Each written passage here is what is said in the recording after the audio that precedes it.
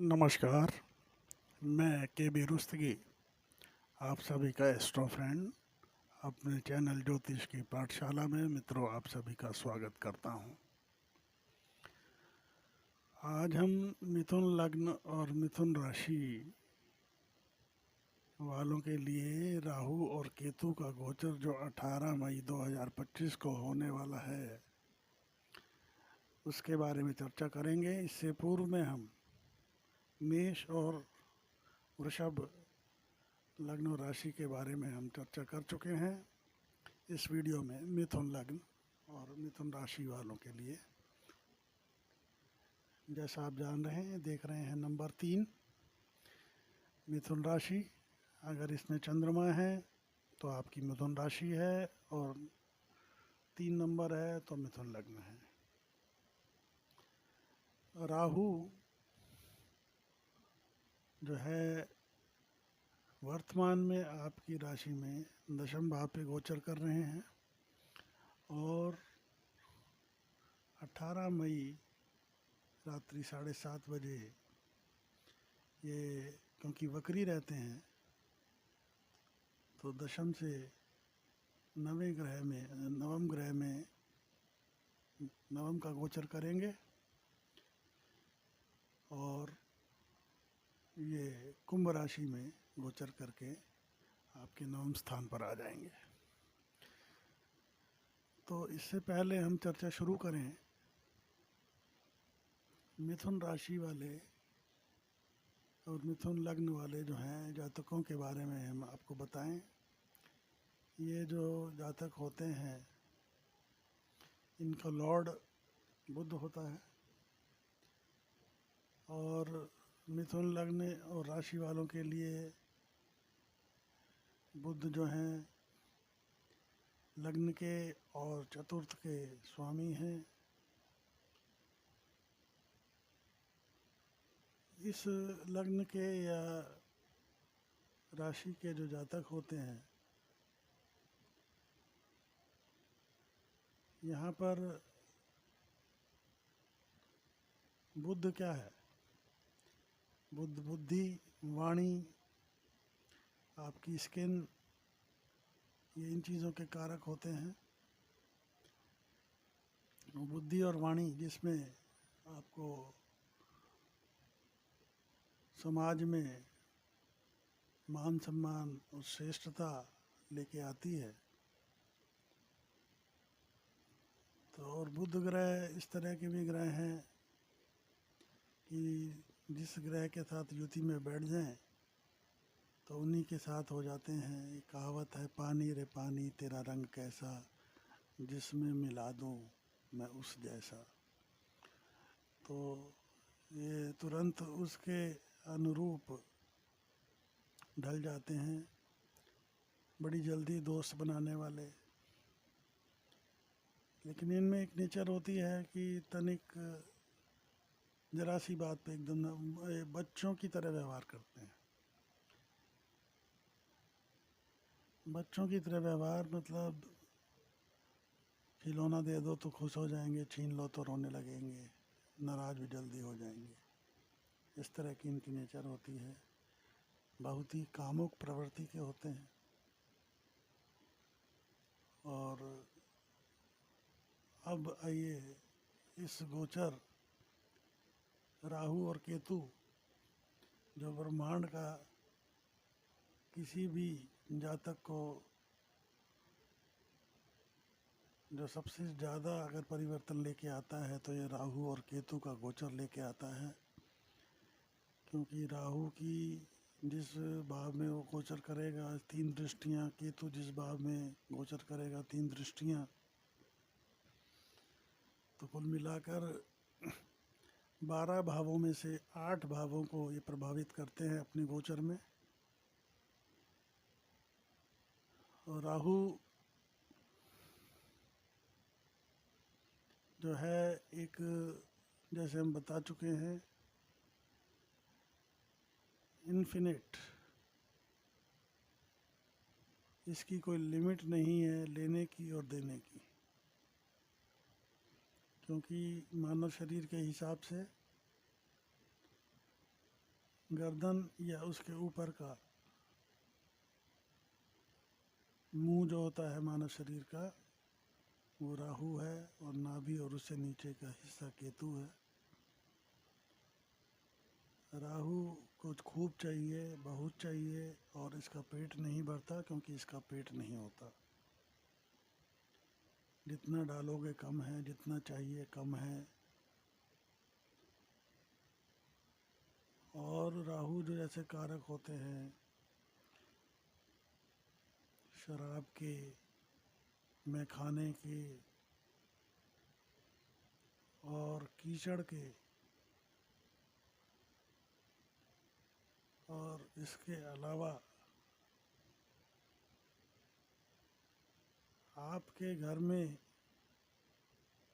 जो वॉशरूम होता है, राहु आपके घर के वॉशरूम को इंडिकेट करते हैं।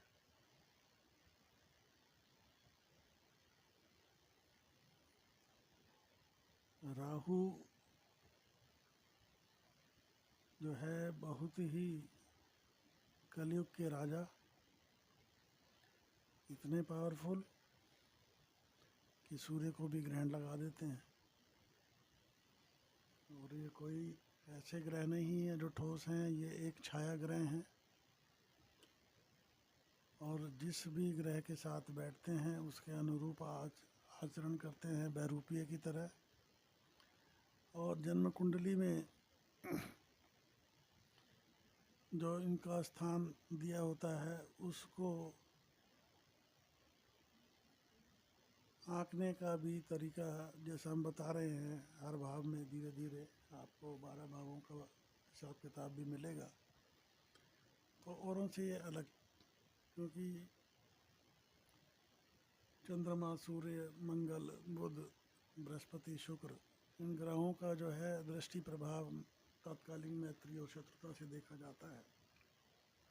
लेकिन राहु और केतु का प्रभाव इस तरह से नहीं देखा जाता। राहु और केतु का प्रभाव इस तरह से देखा जाता है कि जिस राशि, जिस ग्रह में ये गोचर कर रहे हैं उस भाव के स्वामी की स्थिति आपकी कुंडली में कैसी है, उसके अनुरूप ही आपको रिजल्ट देते हैं। अगर भाव के स्वामी की स्थिति मजबूत है तो ये आपको फ़ायदा देंगे। भाव के स्वामी की स्थिति कमज़ोर है तो ये आपको नुकसान देंगे।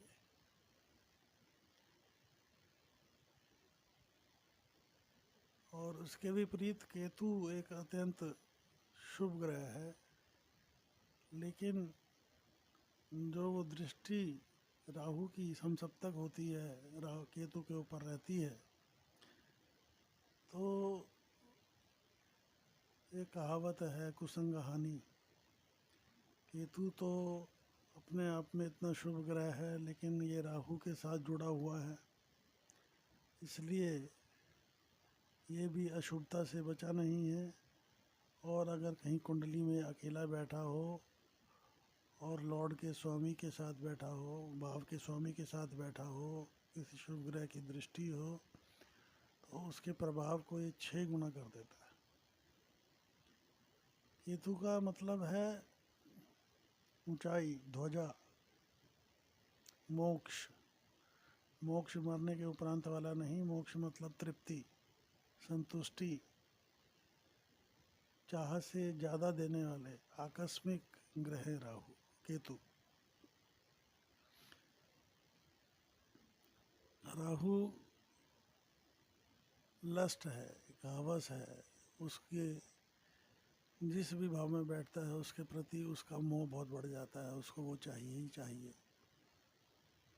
और केतु जिस भाव में बैठता है वहाँ पे वो बंधन महसूस करता है,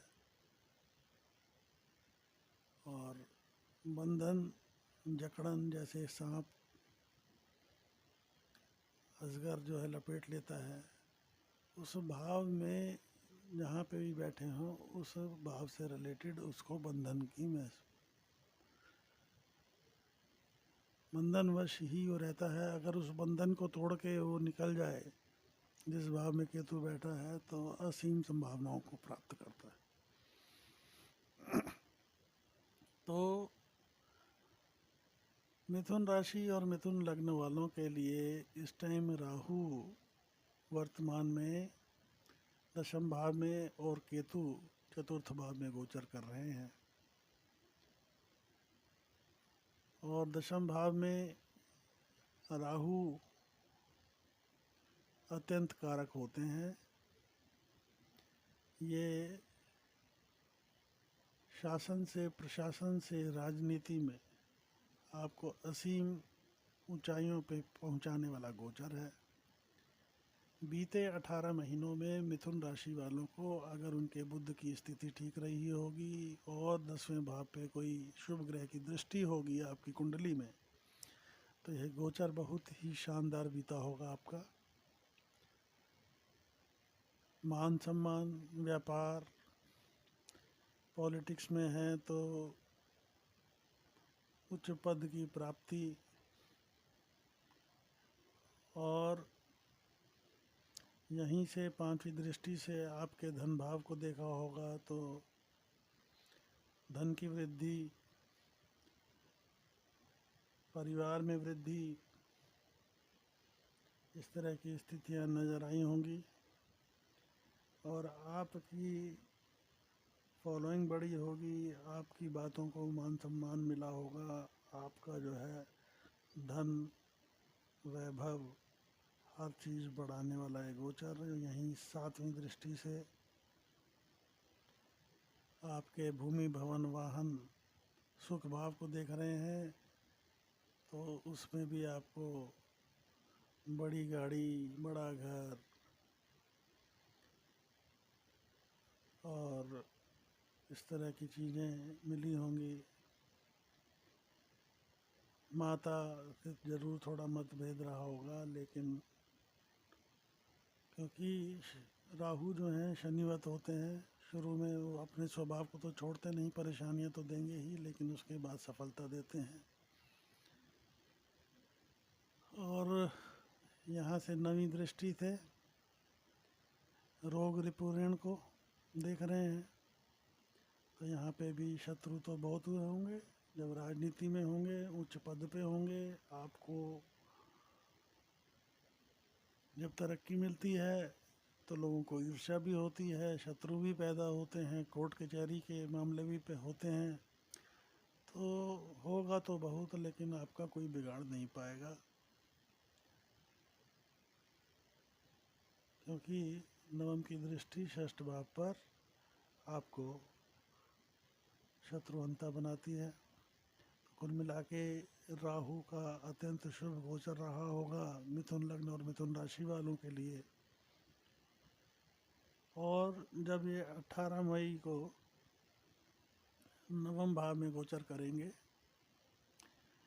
तो नवम भाव में गोचर भी राहु का अच्छा ही होता है। यहाँ पे आपको शनि की स्थिति देखनी पड़ेगी, क्योंकि कुंभ में जो है इसके लॉर्ड शनि होते हैं। अगर शनि की स्थिति आपकी ठीक है और किसी शुभ ग्रह से दृष्ट हैं, जैसा आपको पता है कि देवगुरु बृहस्पति पिछले 15 मई को, आने वाले 15 मई को अपनी राशि परिवर्तन करके मिथुन राशि में आ जाएंगे। तो देवगुरु बृहस्पति का केंद्र में होना और नवम भाव को 9वीं दृष्टि से देखना आपके लिए अत्यंत शुभता के रिजल्ट लेके आएंगे। राहु का ये गोचर आपके पिता का, आपके पिता से संबंध अच्छे होंगे। और नवम भाव है धार्मिकता का, आप में धार्मिकता का भाव उत्पन्न होगा, धार्मिक कृत्यों से जुड़ेंगे, कोई लंबी धार्मिक यात्राएं कर सकते हैं। हायर एजुकेशन के लिए अगर जाना चाहते हैं तो विदेश के कार्यों में गति मिलेगी। पासपोर्ट वीज़ा कोई काम है, अटके हुए हैं, वो उनको अब गति मिलेगी। यहीं पांचवी दृष्टि से लग्न को देखेंगे तो लग्न को देखने के बाद वहाँ पे देवगुरु बृहस्पति भी विराजमान हैं और दृष्टि भी डाल रहे हैं राहु के ऊपर। तो आपके व्यक्तित्व में, आपकी हेल्थ में भी अनुकूलता लेकर आएंगे। साथ ही साथ सातवीं दृष्टि आपके पराक्रम पे। तो पराक्रम, यहाँ पर आपको सूर्य की स्थिति भी देखनी होगी। पराक्रम करते रहेंगे और शनि की स्थिति भी ठीक है अगर, तो छोटी यात्राओं से, छोटे भाई बहनों से, मित्रों से कुछ लाभ भी होंगे और कुछ हो सकता है आपको बीच में छोड़ के भी जाएं, ऐसी स्थिति पैदा हो सकती है। नवी दृष्टि से आपके संतान भाव को देखेंगे तो संतान की प्राप्ति हो सकती है। संतान की प्राप्ति के अलावा कोई प्रेम प्रसंग चल रहा हो उसमें भी आगे गति मिल सकती है, और कोई ज्ञान संबंधी या कोई इन्वेस्टमेंट संबंधी उसमें लाभ मिलेगा। कुल मिलाकर मिथुन लग्न और राशि वालों के लिए ये गोचर अनुकूल था और अनुकूल आगे आने वाले टाइम में भी दिखाई दे रहा है, बशर्ते शनि की स्थिति को देख लीजिएगा। और जब ये गोचर करते हैं दूसरे भाव में, क्योंकि 18 महीने रहते हैं, तो 3 महीने पहले ही इसके परिणाम नेगेटिव या पॉजिटिव दिखाई देने लगते हैं।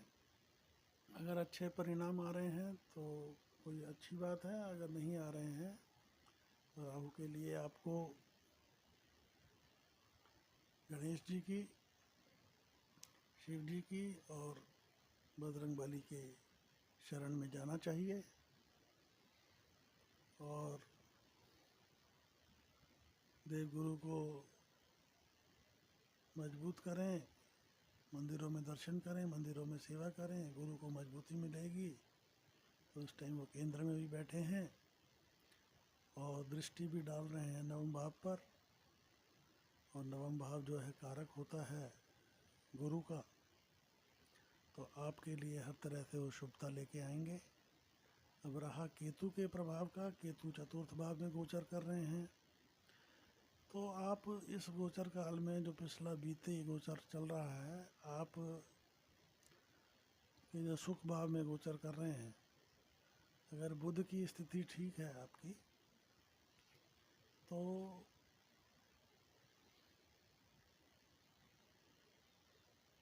ये गोचर आपके लिए उपयुक्त रहेगा। अन्यथा आपको जो है थोड़ा सा बंधन, घर में कलह कलेश की स्थिति, माता की हेल्थ या उनसे मनमुटाव, और भूमि भवन वाहन सहित कार्यों में कुछ अड़चने, इस तरह की स्थितियां देखने को मिलती होंगी अगर आपके बुध कमज़ोर हैं।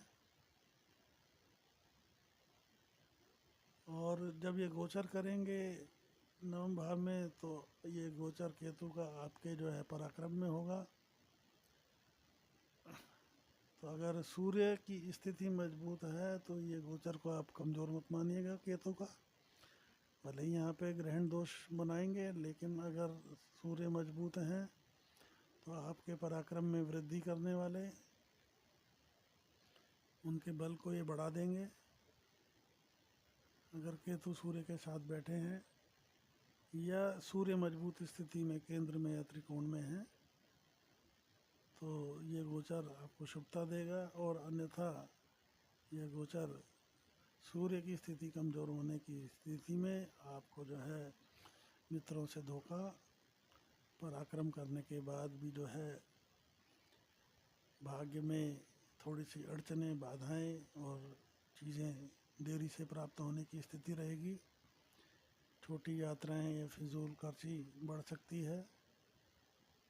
यहाँ पर बैठे केतु थोड़ा सा पांचवी दृष्टि से जब दाम्पत्य को देखेंगे तो दाम्पत्य में सूर्य की स्थिति ठीक है तो थोड़ी सी अनबन के बाद आगे चीज़ें ठीक चलेंगी, क्योंकि देवगुरु की भी दृष्टि पड़ रही है सप्तम भाव पे। और पार्टनरशिप वगैरह में, व्यापार में भी एक अवरोध के बाद आपको जो है कोई ऐसी खास परेशानी दिखाई नहीं दे रही है। और सातवीं दृष्टि से आपके भाग्य भाव को देखेंगे तो भाग्य का साथ मिलता रहेगा, क्योंकि देवगुरु बृहस्पति की दृष्टि है, नवीं दृष्टि। और नवीं दृष्टि से लाभ भाव को मंगल की स्थिति देख लीजिएगा और बुध की स्थिति देख लीजिएगा। अगर ये स्थिति ठीक है तो लाभ आता रहेगा, अगर इनकी स्थिति कमज़ोर है तो लाभ आते आते रुकने की स्थितियां बनेंगी। केतु को अगर नेगेटिव इफेक्ट आ रहे हैं तो आपको भगवान गणेश जी को उनकी शरण में जाइए, कार्तिकेय की पूजा कीजिए और जिससे आपके अगर कोई नेगेटिव, क्योंकि राहु और केतु ये एनर्जीज हैं, ये ग्रह की संज्ञा हमने ज़रूर दी है इनको, लेकिन ये कोई ऐसी बॉडी नहीं है जो ये एक तरह से एनर्जीज हैं, पॉजिटिव और नेगेटिव एनर्जी। अगर ये आपके ग्रह भाव ग्रह के स्वामी के हिसाब से अनुरूप गोचर करते हैं, अगर आपको रिजल्ट पॉजिटिव नहीं मिल रहे हैं तो आप गणेश जी को हर बुधवार को दुर्वा चढ़ाइए और ओम गणपति नमः का जो है 108 बार जाप करिए, भगवान कार्तिकेय के मंत्र का जाप करिए। तो कुल मिलाकर ये गोचर मिथुन लग्न और मिथुन राशि वालों के लिए अनुकूलता लिए हुआ है। अगर आपको मेरा ये वीडियो पसंद आया हो तो वीडियो को लाइक करें, चैनल को सब्सक्राइब करें, बेल आइकॉन को हिट करें, जिससे हमारे द्वारा बनाई गई वीडियो समय समय पे आपको प्राप्त हो सके। और आप लाइक करते हैं, शेयर करते हैं, उससे हमारा उत्साहवर्धन होता है आगे वीडियो बनाने के लिए। अगर आप मेरे से कोई निजी परामर्श लेना चाहते हैं तो मेरा व्हाट्सएप नंबर है 8178113518। कॉल्स हम नहीं ले पाएंगे।